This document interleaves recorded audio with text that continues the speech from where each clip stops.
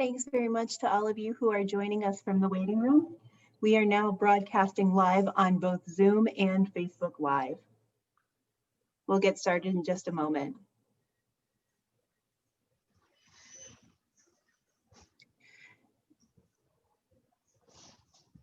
Thank you for joining us for today's session on the third tranche of CARES Act funding released by HHS to EMS providers. This webinar is being recorded for future playback and is also being broadcast live on Facebook. Scott, if you don't mind advancing a slide forward. The recording will be included in tomorrow's member digest. This is an interactive session. To ask questions of our experts, please use the Q&A function represented by the double dialog box. The chat box, represented by a single dialog box, is where you can share peer-to-peer comments or ask for help with any technological difficulties. If you're watching this on Facebook, you can also ask questions of our expert panel in the comments section. And with that, it's my pleasure to turn things over to Scott Moore, Esquire of Moore EMS Consulting. Thank you, Amanda, and thank you all for joining us at this sort of unusual AAA hour of 7 p.m. Eastern. I appreciate it. I want to, of course, introduce my fellow presenters, Mr. Asbel Montes from Acadian Companies down in Louisiana, as well as, well, Louisiana, Texas, and all those other places, but as well as Mr. Brian Werfel, our Medicare expert and attorney extraordinaire. So I want to thank all of you for joining us. Appreciate all of you who are either joining us through the Zoom or through the Facebook Live. You know, today this was an add-on. We, pulled this together relatively quickly, but really what our goal is for today are to hear from you all. We're going to give you a little bit of information, what we know so far about the Tranche 3 funding distribution.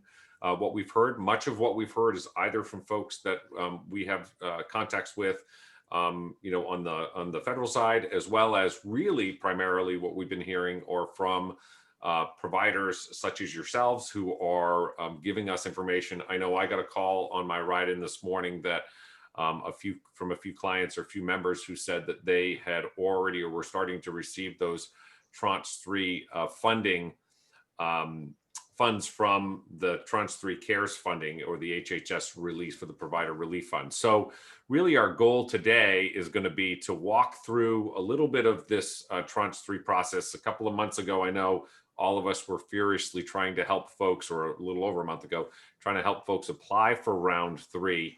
And now, of course, what we're seeing are we're seeing those funds coming in. So I want to just briefly turn it over to Brian, who's going to sort of walk us through a little bit of that formulary and in hopes, frankly, that we can give as much of an explanation of how we think this was done. And so, Brian, if you want to take a shot at take the helm and start walking people through how this was done. Sure. So, and good evening, everyone, and good afternoon to those of you on the West Coast, I guess. So this is the third tranche within the general distribution of the HHS provider relief funds. So the first tranche that went out in the early part of April was based on 2019 Medicare provider data. At the time, the intent was to get that money into the provider's hands as quickly as possible. And HHS worked off the Medicare payments simply because that's what they had. Those payments went out to all Medicare enrolled providers, whether they asked for it or not. And then there was a second tranche at the end of April where the process was a little bit different. There was an application process and they asked for certain information, but at the time, the intent was to give everyone 2% of their, what they were calling net patient revenue. Now we fast forward into October, November, and Tranche 3 is announced. And Tranche 3 was designed to do two different related tasks with about $20 billion allocated to it. The first task was to make sure that everyone, all eligible providers were in fact able to receive their 2% number. And then to the extent that there was money left over, distribute that remainder in what they called equitably, right? So here's what we know about Tranche 3. One, it turns out that there was probably more money left over than we initially had anticipated. So in many ways, this does represent a bit of a windfall from where we thought we were going to be when these Tranche 3 funds were distributed. And Scott, can we move up a slide maybe? There we go. So we pierced through that 2% cap on that previous slide as a result of this Tranche 3 for all of you. And ultimately what HHS and HRSA elected to do was to distribute an amount to each provider. And Scott, can we just move up one slide, please? Yep. So to distribute an amount to each provider that applied for Tranche 3 to get them up to 88% of the amounts that they reported, the provider reported on their application of collectively their increased expenses that are attributable to the coronavirus and the lost revenues that they experience when you look at the first and second quarters of 2019 compared to the first and second quarters of 2020. So briefly, if you add up what you got in Tranche 1 plus what you got in Tranche 2 plus what you got or will get in Tranche 3, and we'll get into where they are in terms of distributing it, and then you compare that to the amount you reported on your Tranche 3 application for your increased expenses and your lost revenue, I think what you're going to find is that that number is fairly close to 88% of the numbers that you reported for your losses. Asbel, anything you want to add? No, that sums it up pretty well. So I know, Brian, one of the things that we were initially, right, that funding, when folks they had received automatically that amount through the first tranche, and then we were encouraging people to apply at the second tranche. And what we heard from a lot of folks really was that, when it came to the third tranche, they weren't sure. We were encouraging everyone over and over again to please make sure that you applied, because there was this additional element that, in fact, once they were able to get to the 2% for all of those providers who applied, that there might be an additional distribution that would result in another payout of funds if, in fact, you hadn't received something in the second tranche. So what are you both hearing from folks as it relates to, or the ones who you've heard from who have received payment, were those folks who did apply in Tranche 2 but hadn't actually received anything? Or, just curious as to what the folks that have reached out to you have had to say about that. In terms of Tranche 2 or Tranche 3, Scott? Tranche 3. So for those who you have heard did receive payments in Tranche 3, were those folks who had actually previously applied for Tranche 2 and either received or didn't? And just because, we know as we had some folks, and I had a lot of folks who said, I didn't bother applying in Tranche 3 because we didn't get anything in Tranche 2. So I think, and I'll jump in here real quick. And so I think it's a mixture of both of what we're hearing. There are some individuals that did not apply for phase 2 just because of the general prerequisite on the requirements in Tranche 2 funding. And I'm going to kind of start talking about it in phases now, because it looks like HHS has changed their vernacular to go from tranches to phases. So I'm going to kind of change the nomenclature a little bit on that. But the way that they did the funding for the Tranche 2 funding was relative to more of a threshold to get people to that 2%. So theoretically, if you had received more than that 2%, some people just didn't apply for it. Some went ahead and applied to kind of see if there was going to be there was talks about that they would use that data in the future. So we strongly encouraged people to apply for that funding. Phase 3 was a whole different application process. Phase 3 basically said, if you didn't apply in phase 2 and you received funds in phase 1, apply for phase 3. There was no prerequisite at that point. It was also opened up to new providers. There was a whole different eligibility requirement.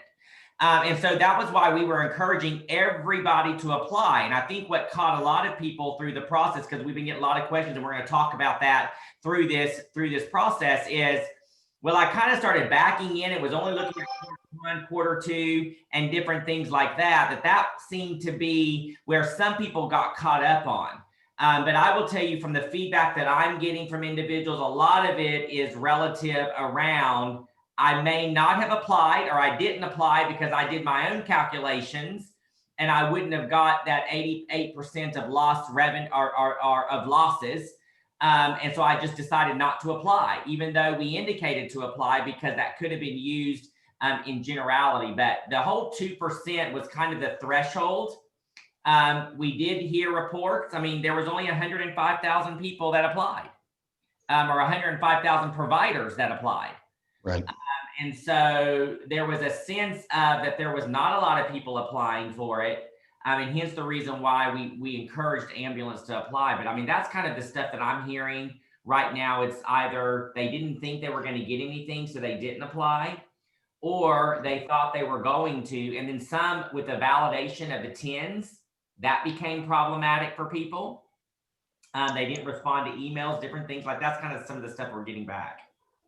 Yeah, the only thing I would add, Scott, is they used a different measuring year. They used 2018 as their measuring year for round 2, tranche 2, and 2019 for round 3. So you also have the situation where, you know, a provider's actual financial operations may have been different year to year, and that could have also created, you know, an incentive to either apply or think you weren't going to get anything.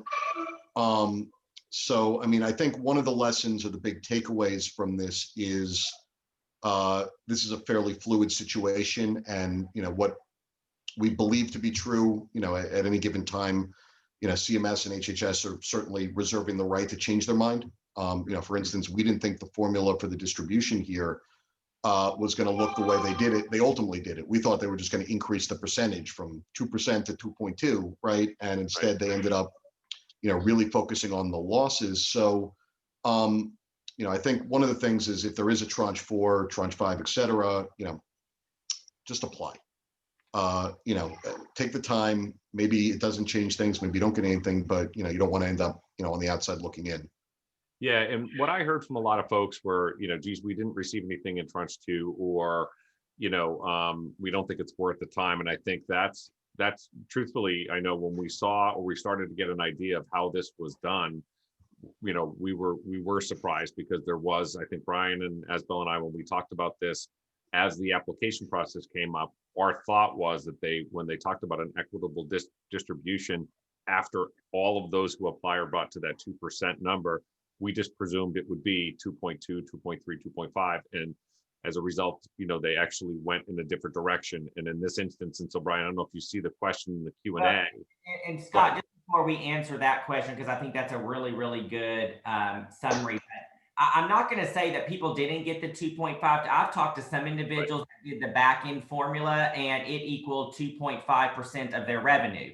Right. Some it equaled 10% of their net patient revenue. So one person, it almost was 15%. Right.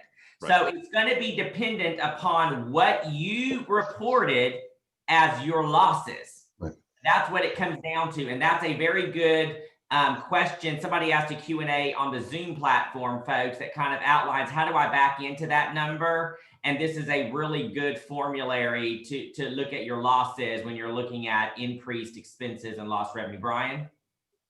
Yeah, so, you know, without going into the actual math, you know, that was involved in the question, you know, to the person that posted it, yes, I think you've got the formula right. In other words, if you were to go back to your application, I forget if it was field 13 or wherever, you know, where they asked you to report your quarterly revenues and your quarterly expenses, the delta between those two figures, so the decrease in revenue from 2020 to 2019, and then, you know, the additional expenses, that is your total loss. If you multiply that by 0.88, you know, 88%, that number should be fairly close to the total you've received after tranches 1, 2, and 3. Or put another way, if you then subtract from that number what you got in tranches 1 and 2, what's left should be fairly close to what you got in tranche 3. And attorneys always overcomplicate it. So I'll simplify it really quickly for you in layman's terms. This is a fireside chat. Yeah. Absolutely, your formulary is spot on. Take your losses and times 88% equals a number minus tranche 1 and tranche 2 gives you your dollar figure. Yeah. If that number is a positive number, that should be what you get in your account sometime in the next few days. And if they're doing quality review, if it's a negative number, you're not getting nothing. Right. Wait So a second. thank you. You know, it's Sorry, funny. Brian. Most of the time I try and explain what Brian tells the group. So Asbel, thanks for picking up that role this time. So we did get a quick question before we go to the question that's on the screen. It says, is it true CARES Act monies must be spent by December 31st? And we talked about this in our prep call. I don't know which one of you want to handle it. Brian, you want to go ahead and then Asbel will explain your answer? Well, at the risk of overly complicating things, yes and no. The first reporting period will focus on the year end 2021. So if you haven't spent it by December 31st, it doesn't necessarily mean you won't have the opportunity. You'll just have to file a second report, and that second report will look at the first half of next year. So I think maybe the easiest way to say this is you're not obligated to spend it by December 31st, but it probably makes your life a whole lot easier if you do. But you can spend, actually, I believe they say that these funds can be expended through June of 2021. However, life will be a lot easier if in fact those funds are expended by the end of this year. So just remember this, guys, I wouldn't focus too much on that. Currently, there's a four corners negotiation happening on the Hill. And so expect that to change. If some of the provisions that they're talking about is going to lengthen the amount of time to spend, it's also going to put more money into this provider release, and that's a whole different topic. So don't pay too much, because that could change in the next 24 to 48 hours. Exactly what I would say is it's easier if you spend it before the end of the year, but you don't have to. It just has to be, you're going to have to do a second round of reporting, like Brian said, that will be due the end of July. If nothing changes right now. And so and Amanda's asking a question because I asked what a four corners negotiation was. That's my apologies, folks. That's when the leadership on the Senate and the House side, so think Speaker Pelosi, think McConnell, Schumer, Pelosi, and McCarthy doing a four corners negotiation. That's what that means. My apologies. No, that's great. So one of the questions we got is, what if I didn't get a payment deposited today? What should I be expecting? And that sort of ties into, have they said, one of the questions we got in the Q&A in the Zoom platform was, have they said how they're determining when you'll receive your tranche 3? Brian, do you want to tackle that? I can, Asbel, feel free to jump in. I think they're just validating the information on individual providers, and they're sending that money out. So if you didn't get a payment today, I wouldn't necessarily read anything into it. It's going to be, so what was our data, Asbel? I think 105.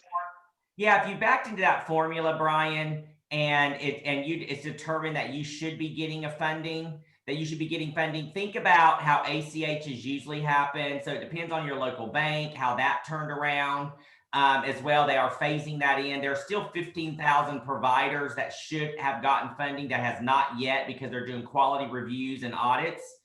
Still, and they're validating payment information too. So if you're a new provider and you just registered with Optum, for instance, that would be maybe a contingency of why you haven't received it, because they're expecting to roll out the additional funding for those 70,000 providers by the 1st of January. So if you haven't got it, I would, that it may have something to do with that. Yeah, if you filled out the revenue worksheet, for example, it's just going to take them more time to validate you. I think they went for the low-hanging fruit first. So just to clarify one thing that Asbel said, so we were all talking about the numbers, and I think we shorthanded it for you guys. So about 105,000 providers applied for this. About 70,000 will get a tranche 3 payment, and something like 50,000 or so of them have already gotten it, or it's been made. So, there's about 40% of that universe that's going to get paid, or maybe a little bit less, but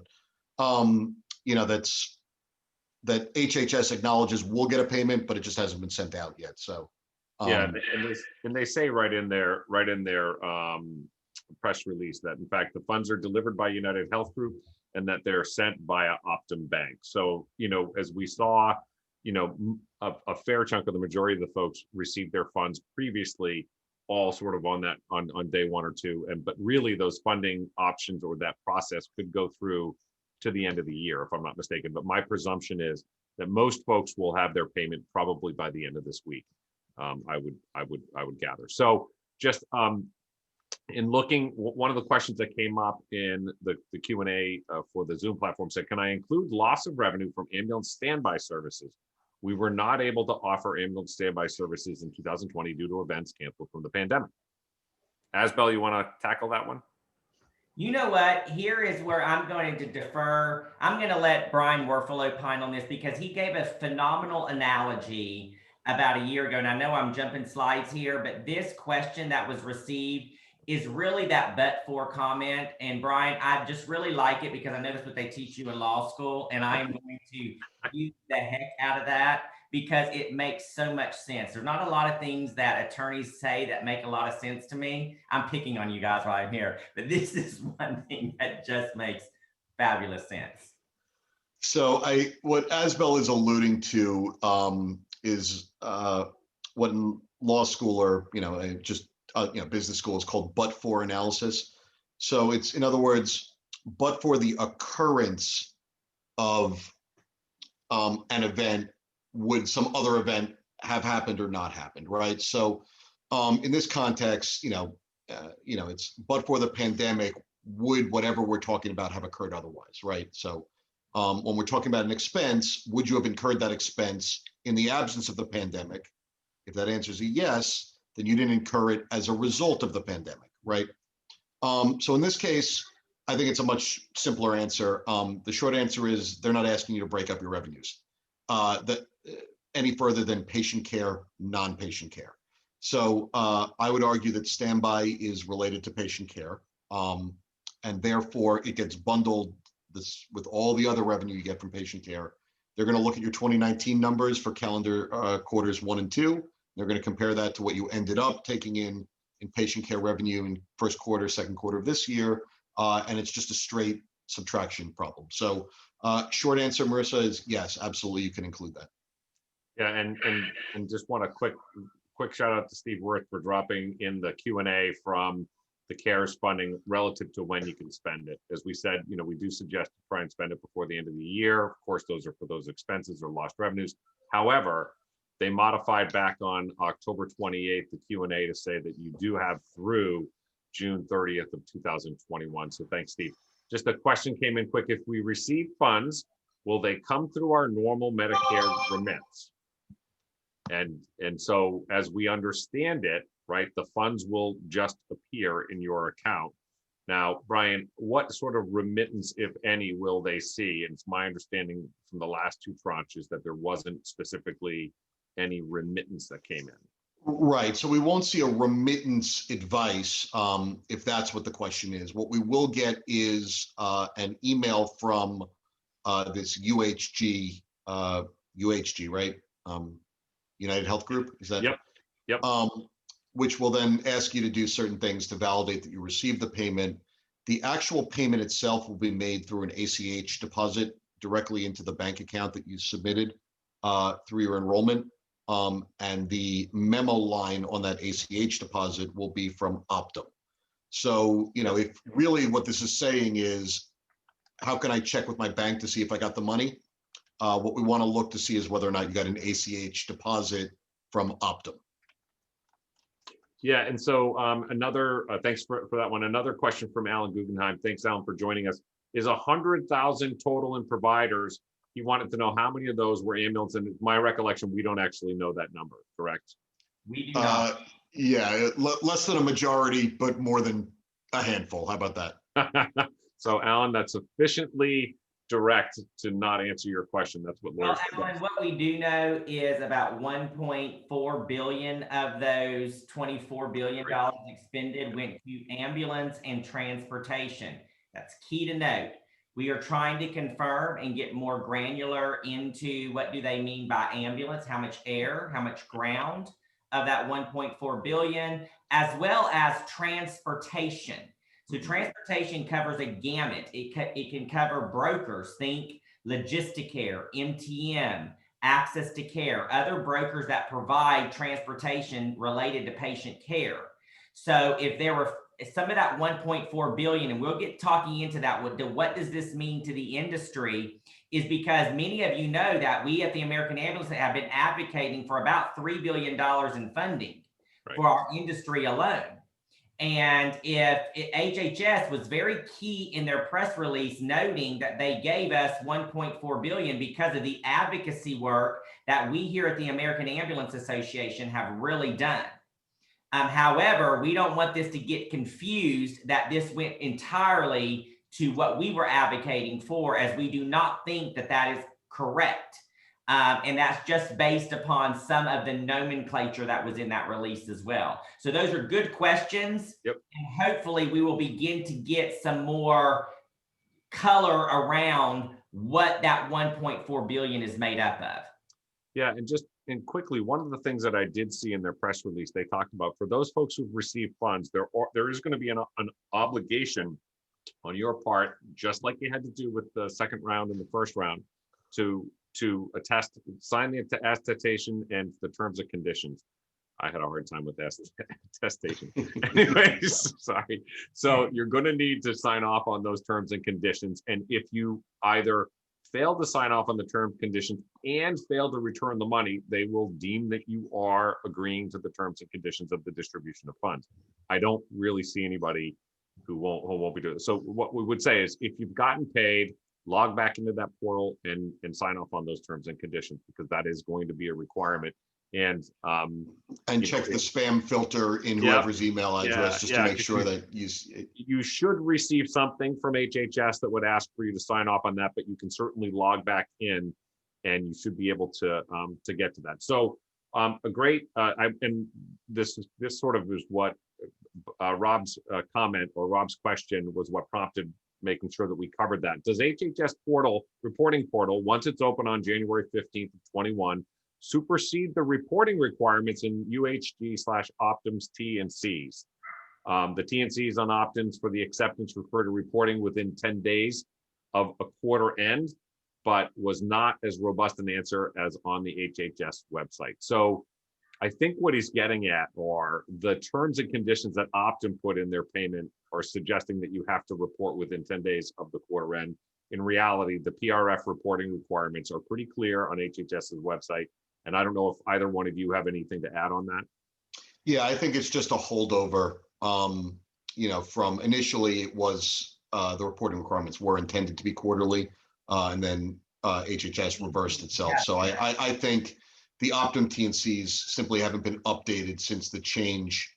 So you will report, all of you, by mid-February. You can report as early as January 15th, but you must report by mid-February on your use of the funds through the end of this year, 2020. And then to the extent there's money left over that you haven't spent, you must file a second report by July of 2021. Okay, excellent. And then Al Guggenheim was kind enough to send along what you're going to see in your ACH description will be US HHS stimulus HHS payment. So, or it may say Optum, but more than likely it will have this UHHS.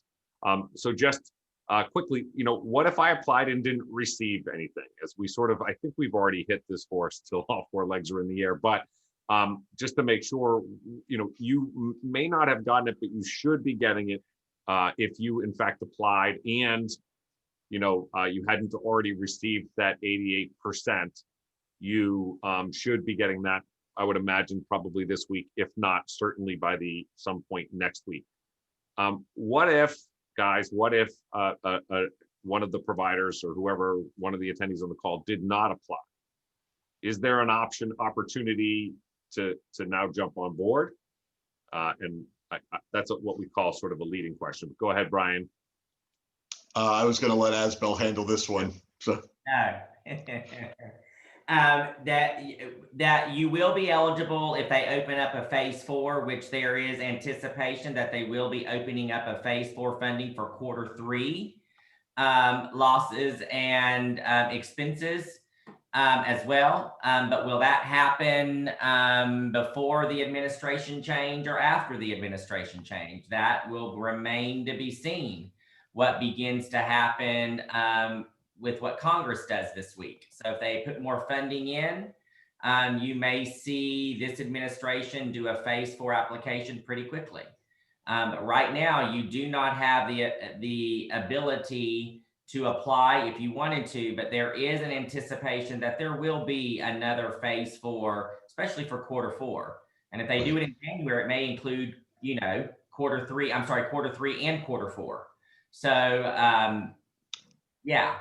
I think I would just add that up until this point, when they've announced each subsequent tranche, they've gone out of their way to allow providers to backfill if they missed the previous tranche. Now, that's no guarantee, of course, but we have received confirmation, though, that any future funds or future phases that will happen, it will be open to everybody. So it's not like you're going to be prohibited if you did not apply in phase 3.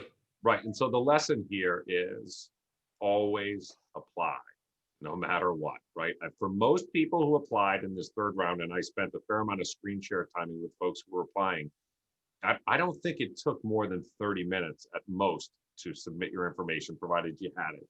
And so this comes back to, one of the things that the three of us have been pushing and the rest of the AAA have been pushing as well is data, data, data.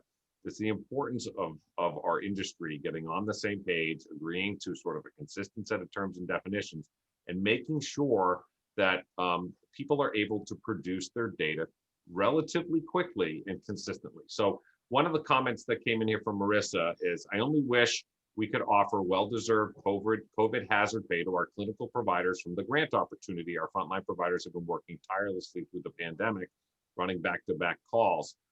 Direct PA state funding to EMS agencies needs to happen. So here's what I'll say. Certainly, I could not agree more that the work that frontline and even not frontline EMS and other healthcare workers have been doing over these last 10, 11 months and will continue to do in the coming months has been, I think heroic's not even an appropriate term, but it's been unbelievable to me.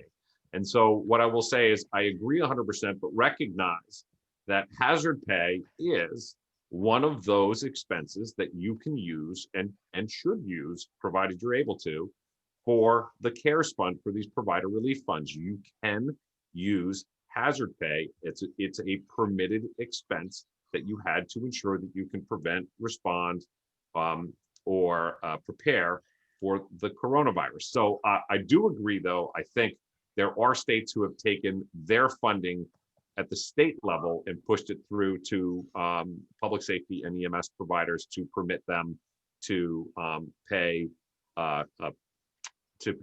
hazard pay. So I don't know if either one of you have anything to offer in addition to that. If not, I'll continue moving along. Direct. That's very direct in the reporting. I mean, you can give it in hazard pay. I mean, that's very direct. Yep. All right. There is a question up here. To be clear, Tranche 3 funds should ideally be spent by the end of 2020, even though we just or will receive fund this week, which leaves 2 weeks to do so. I would assume most provider spending this funds will roll into 21. I think that goes without saying, right? Thanks, as we said, Steve, for adding that you certainly can, though you have until June 30th. And if I had to guess, right, Asbel, we think that maybe even pushed out further given the protracted nature of the pandemic and the response. Language that went in the edit, that went in the draft would extend it through September 30th. So if that provision stays in this final COVID package, then it looks like they're going to move the deadline from June 30th to September 30th. So you've got some time to spend the funds. Relative to that, you're just going to have a second round of reporting if you don't have all funds spent by the end of December. Just know that. Yep, yeah, yep. Just to clarify to people, you're not actually spending the money that they just gave you. that money is being used to backfill amounts that you've already either spent on the expense side, right? Or that you didn't take in the lost revenue side, right? So it's not that they're tracking where the dollars that they sent you ultimately go. It's matching the dollars that they sent you to the expenses and or the lost revenue. So Aaron, to answer the question, presumably you're getting 88% of your lost revenue, right? So if that number holds true, you've already lost that money, meaning you've already spent it. Does that make sense? Yeah, well, so actually, we've got questions rolling in, which I love, and I know we have a great distribution of of attendees from around the country. So one of the questions I have is that's up here is, if we applied and we do not receive funds, will we receive notification? My recollection on the last ones, and I have no reason to believe it'll be any different this time around, is that most people did not get any notification that they were not provided additional funds. They just never received additional funds, which, yeah, it's unnerving, but I think based upon what we've seen, you're not likely to see that. Question from Robin in the Google platform was, in the Zoom platform was, we received money in phase 1 and 3. Does the funding that was sent in phase 1 have to be spent specifically on revenue loss, or can it be spent on extra expenses that have occurred that we don't normally have, or we wouldn't have had but for COVID? And so I think that, I don't know, Asbel or Brian, if you want to grab that. It can be used to either backfill the lost revenue or to plug the increased expenses. So what In fact, they attribute it first to increased expenses. Yeah, generally best practices are you attribute it to increased expenses first, then revenue loss. And that has always been the direction that HHS has put out there, that the intent of the original CARES Act was to make people whole on the increased expenses and try to help them with their lost revenue. That was always the intent of Congress.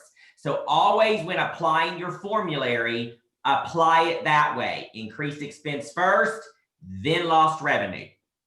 Yeah, that's, and so another one here says, one person mentioned that they wish they could offer hazard pay but are limited due to budget. Did you know that EMS providers in Arkansas and New Hampshire actually work with their state to have some of their state CARES funds go to hazard pay? I sort of referenced that earlier, but yes, New Hampshire was one of those, and I think a few other states around the country they worked with their state agencies to distribute some of the CARES funds the state got through to other providers in the form of hazard pay. One of the things, though, that I will, and I always love when folks talk about the HR stuff. So Al Guggenheim says, don't forget, if in fact you do provide some sort of bonus pay or differential pay, you just need to be aware of the potential implications of the impact on overtime calculations. So if in fact you are paying hazard pay for some shifts or not others, you have multiple rates, and this is whether it's COVID or it's other, you paying differential shift diffs or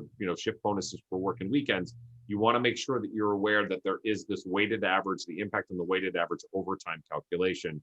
And if you need help with that, you can certainly reach out to.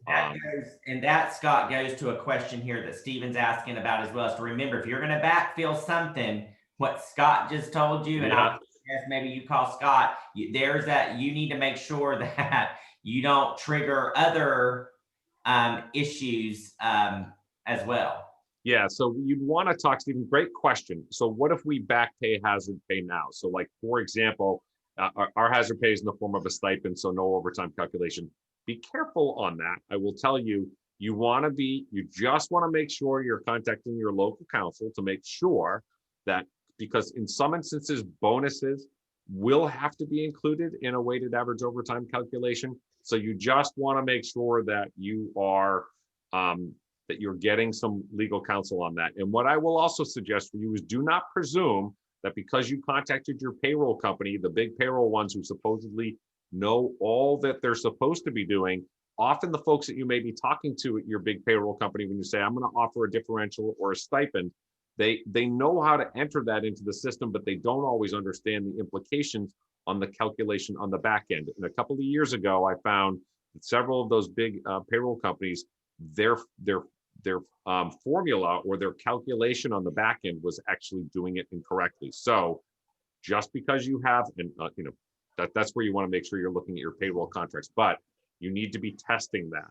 So yeah, and just the other thing that I will comment is, well, every day I get an email about all of the different litigations that are coming against employers around the country related to the pandemic in some form or fashion. And I will tell you, incorrect wages is right up at the top there. So yeah, great. Another great comment is no double dipping as you're doing your reporting, right? You should be taking those funds which have the most restricted use and applying those to the restricted use purpose, and then moving from there. You cannot double dip. So if you received reimbursement for an expense or a lost revenue from one source, you can't double apply that to another.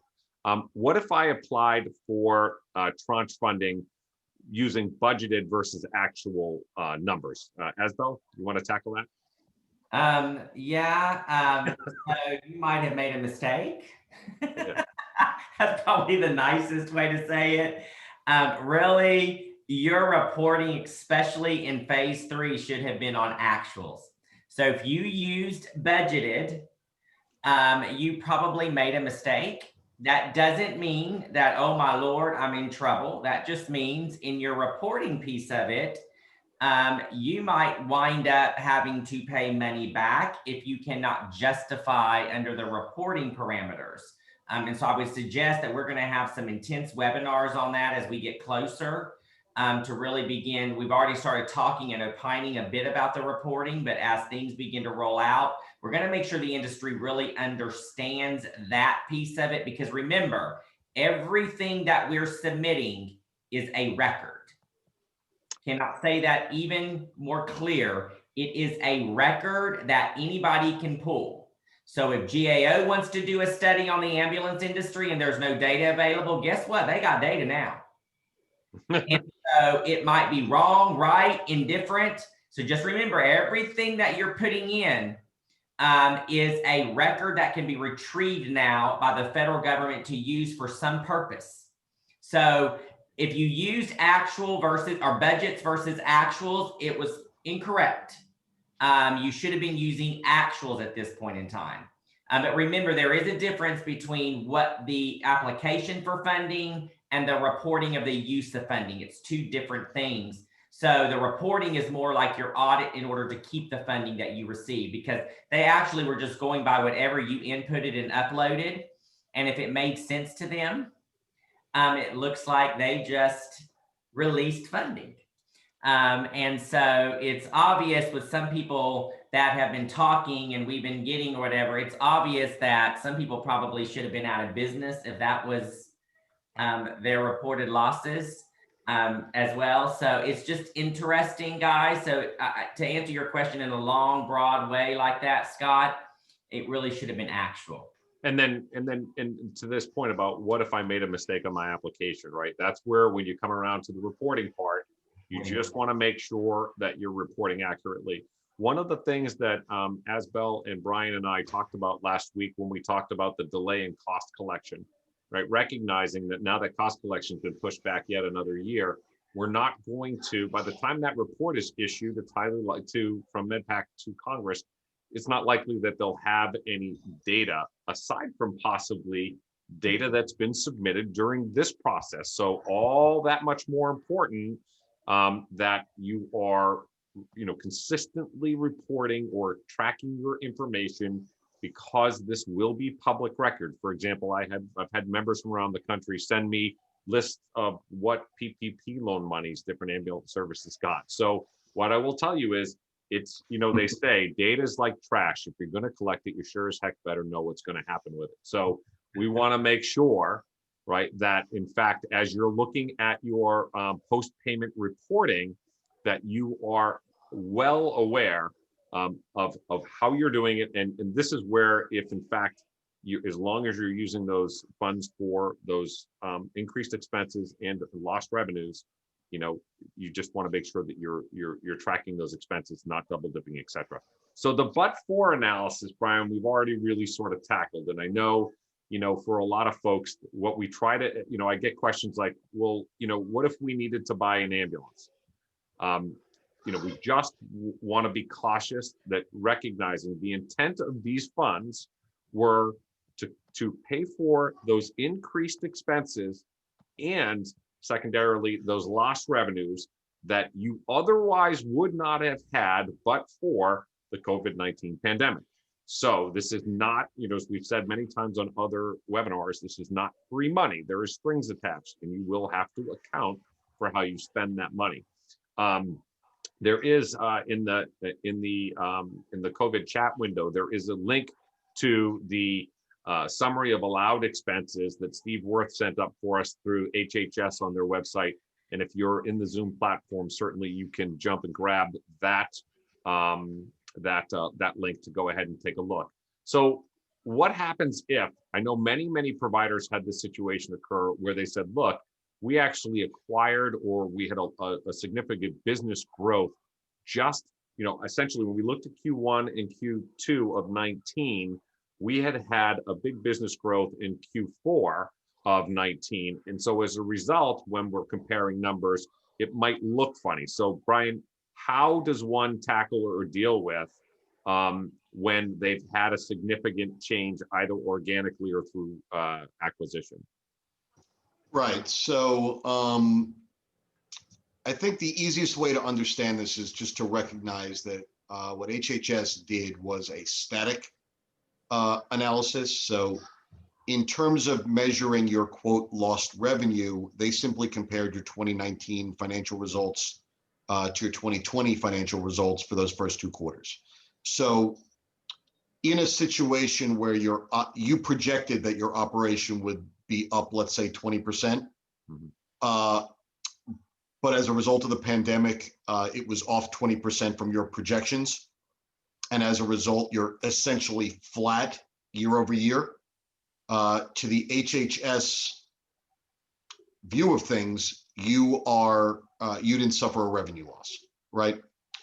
Now, they did account for a situation where something within the organization changed. Either you sold off a piece of the business or you acquired a piece of the business. And that's where that revenue worksheet came in the Tranche 3 application. Worksheet 15, yeah. Right. So conceptually, what they were doing is saying that that new business that you acquired would have been entitled to its own 2% of its 2019 revenues. So we're just going to give that to you, right? So by combining the 2 entities. So the net here is if you filled out the worksheet, they will incorporate the information you put on that worksheet, either to disclose a divestiture or an acquisition. If, however, and this gets into that budgeting versus actual thing discussion we just had, your financial results in your mind look like a loss because you thought you were going to be bigger, but you're not, right? Due to some organic growth, unfortunately, HHS just isn't accounting for that. Yeah, so I got a question. Sorry, I'd like clarification. Don't ever be sorry. That's what we're here for. It's supposed to be intended to be an open Q&A session, and it's been fantastic. So we gave our employees COVID bonus / hazard pay. Are you saying that I can calculate those figures and apply with that as a result of the pandemic? Is that considered lost revenue to HHS? Because technically our employees wouldn't have received the stipend / bonus, and had we not been in the pandemic, it wouldn't have been a lost revenue. It would have been an increased expense, right? So, and the only thing is, I'm going to suggest that people label it like a retention payment that you meant to retain. When you start using bonuses, that is a bonus outside of a hazard pay bonus.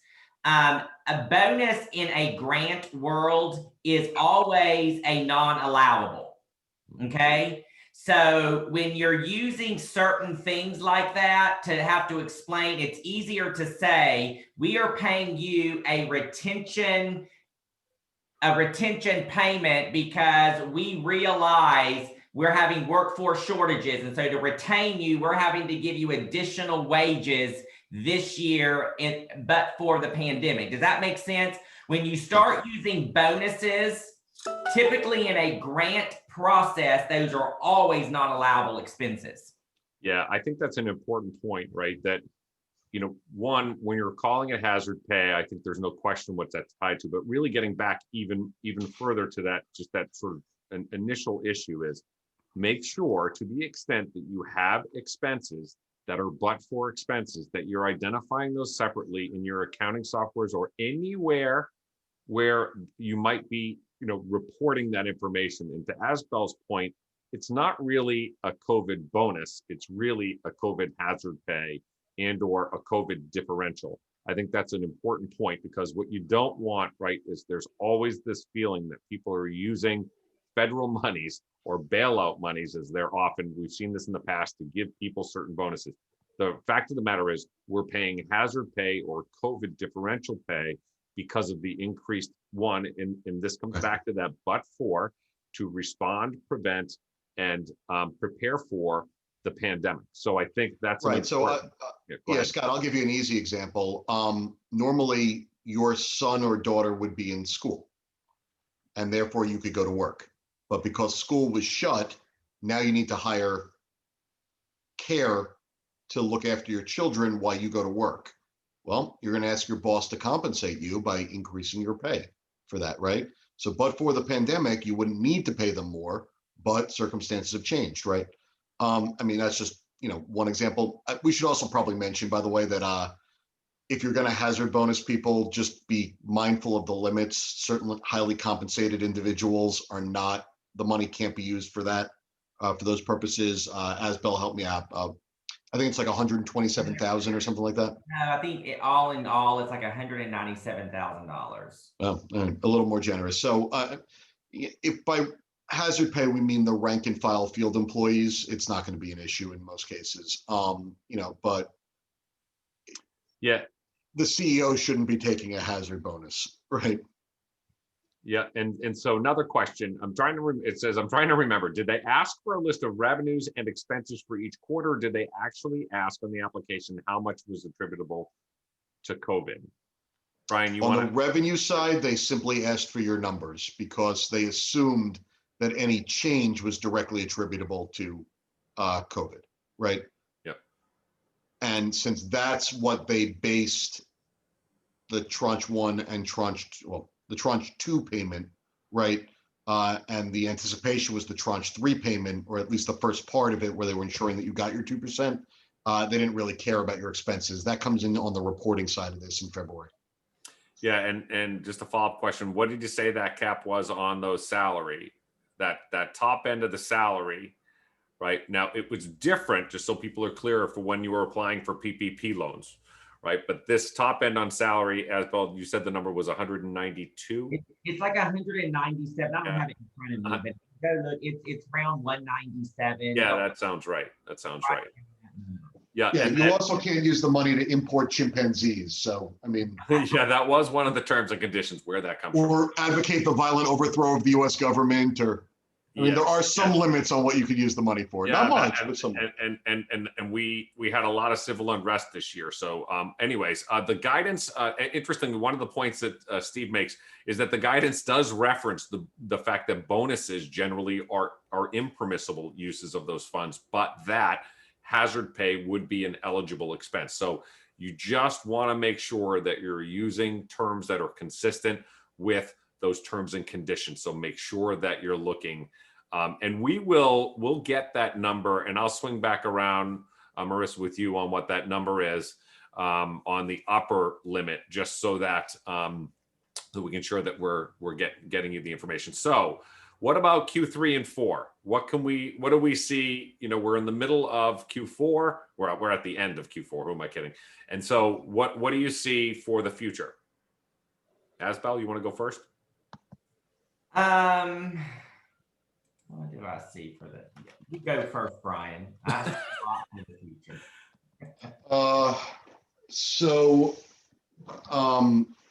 I think I would bifurcate it in that what's currently known and what, at this point we suspect but can't possibly know. So there is some money left over in the HHS Provider Relief Fund.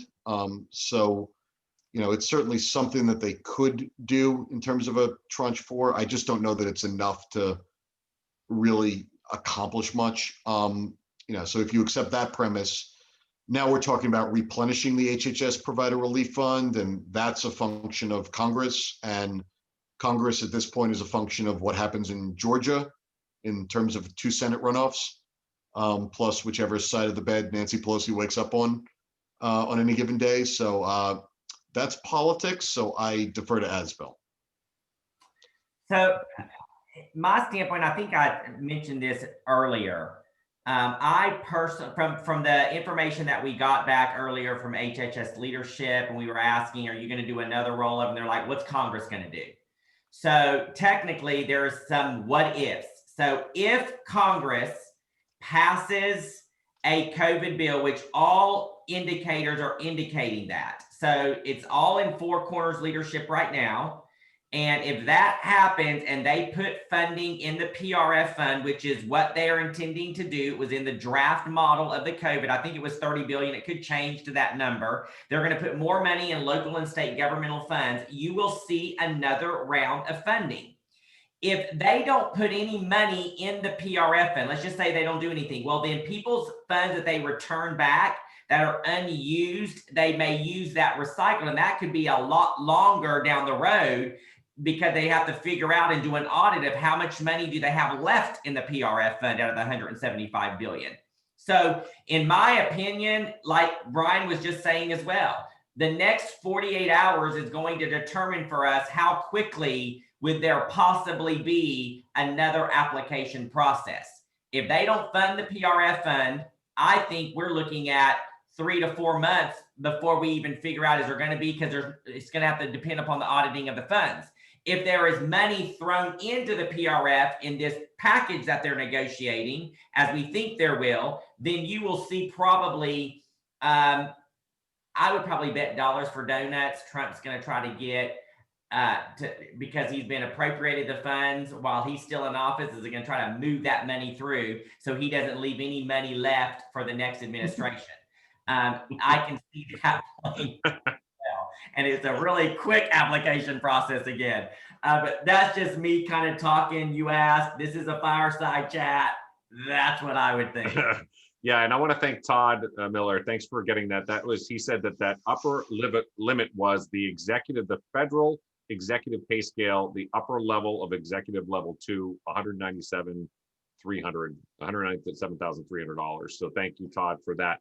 So I know that we've had you on here for quite a while now, but one of the things that we did talk a bit about, right, is just a friendly reminder that all of this information will be publicly available. And so what I say by that, or what I mean by that, or that, as we said, when data gets collected, it's like trash. You sure better know what it's going to be used for, or where it may end up. So Asbel, do you have any closing comments sort of as we're winding up here at the top of the hour, just about that particular point, and then also the importance sort of the implications of what some of this data may be used for down the line?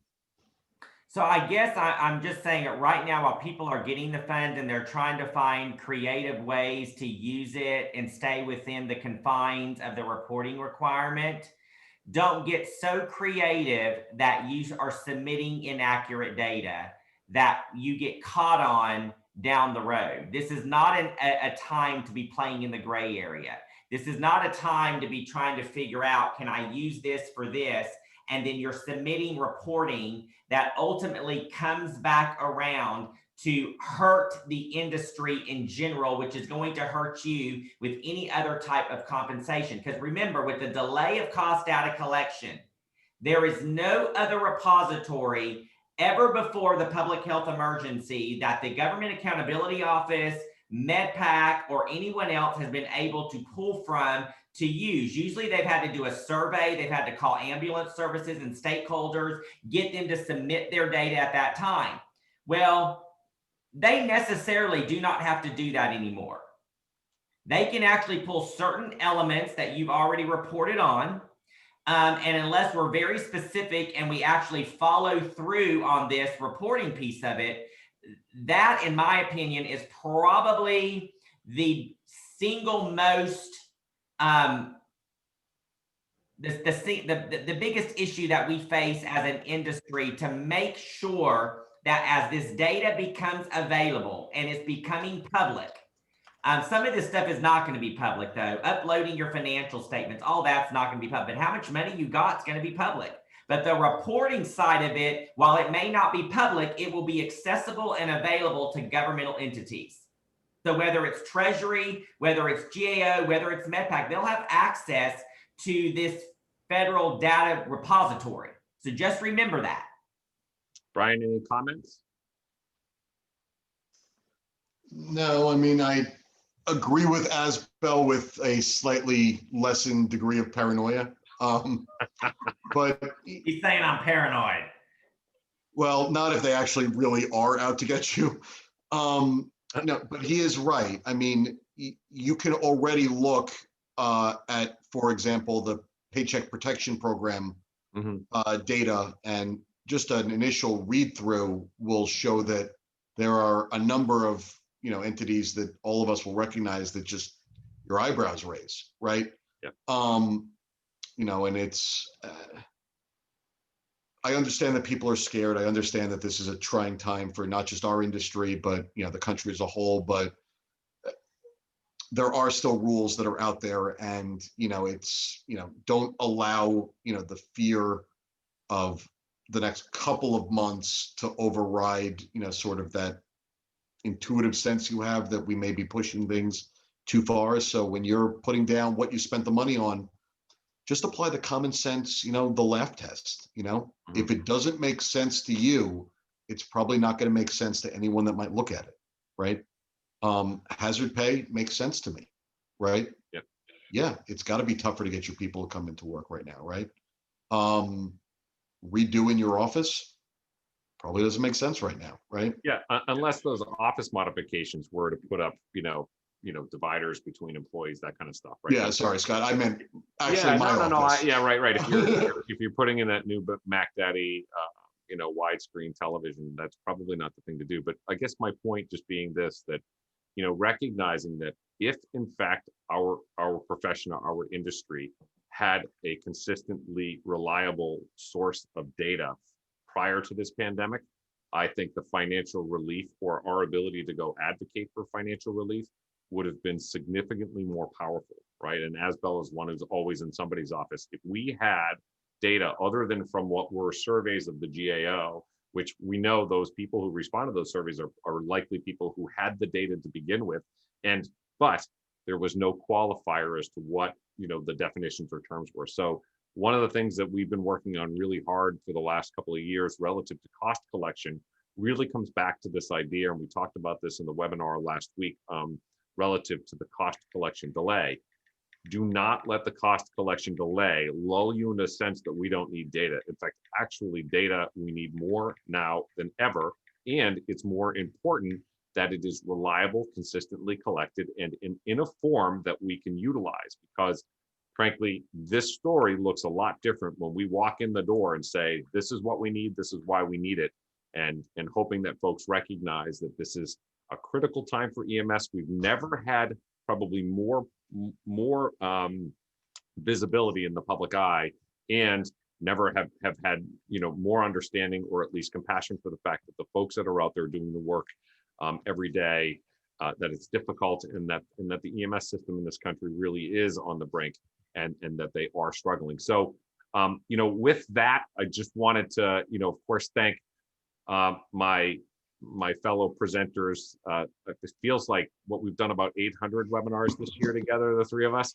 And I know, by the way, that we'll be doing another one. I don't know, it's just my picture on here, but you two are with me next Wednesday, I believe. No, next Tuesday, we're doing a wrap up of 2020, which, there's a lot of things you can say about 2020, and wrapping it up in a nice little bow is probably not one of them, but as best we'll try and just to talk a little bit about some of the things that we saw as we got through this past year, some things that you may have forgotten that are still opportunities. Initially, that webinar was going to be today, actually, I believe, and we moved it because we thought, one, that this was coming up, and two, that there are still some negotiations on subsequent relief. So please come and join us next Tuesday, and then Wednesday I'll be doing one with Dr. Rock and Randy Strozik about vaccination programs. So we're almost here at the end of the year, but I want to thank everybody not only for the great questions that we've received, but for the hard work that you guys are all doing out